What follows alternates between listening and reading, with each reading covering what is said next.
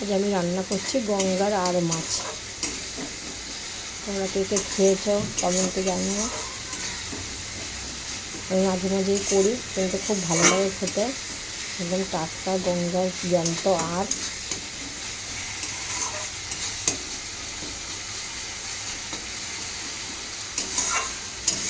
আদা রসুন পেঁয়াজ আলু সব কিছু দিয়ে মাংসের মতো করে করবো, মাখা মাখা করে। তোমরা কে কে খাও কমেন্টে জানিও, আর কেমন লাগে সেটাও জানিও। আমি তো এইভাবে করছি, তোমরা কে কীভাবে করো জানাবে।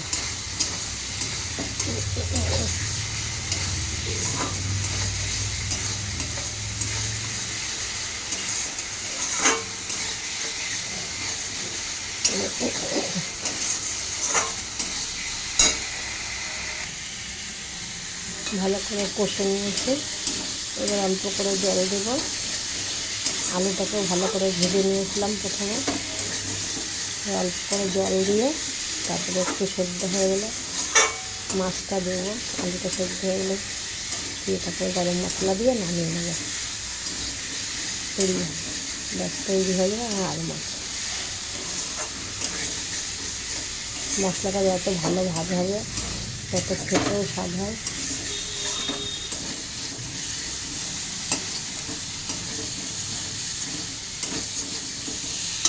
আর অল্প করে জল দেবো।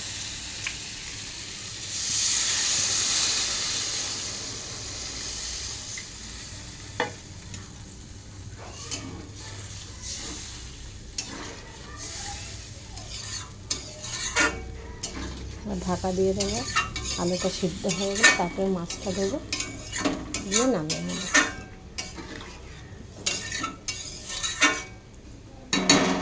এখন ঢাকা দিয়ে দিই, তারপরে নামিয়ে দেখা হবে।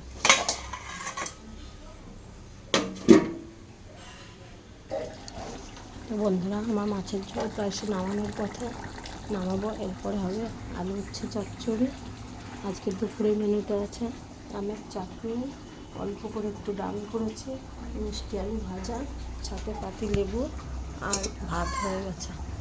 এই আমাদের দুপুরবেলার আয়োজন। টাটা, শুভ দুপুর। আর আরেকটা কথা বলি আমি, তোমরা অনেকে যারা আপনাদের মতো নতুন নতুন কন্টেন্ট নতুন নতুন কন্টেন্ট ক্রিয়েটার আছে, তাদেরকে অনেক রকম তোমরা এমন এমন তথ্য দিচ্ছ যে আমরা ভয় পেয়ে যাই। কেউ বলছো মিউজিক ভিডিও করো না, কেউ বলছে 5,000 ফলোয়ার্স না হলে লাইভ করো না, হ্যান ত্যান, এই অনেক একজন এক এক রকম কথা বলে। তা আমি বলতে যাবো সকলের উদ্দেশ্যে, যারা এরকম বলছো তোমরা সঠিক যে তথ্যটা সেটা দাও। কোনো তোমরা ভুলভাল তথ্য দিও না, যাতে আমাদের মতো নতুন ইউজাররা ভয় পেয়ে যায়। তোমরা যেটা সঠিক সেটাই দাও, তাহলে আমাদের খুব সুবিধা হবে। আমরা তোমাদেরকে ফলো করেই তো আমরা এগোই।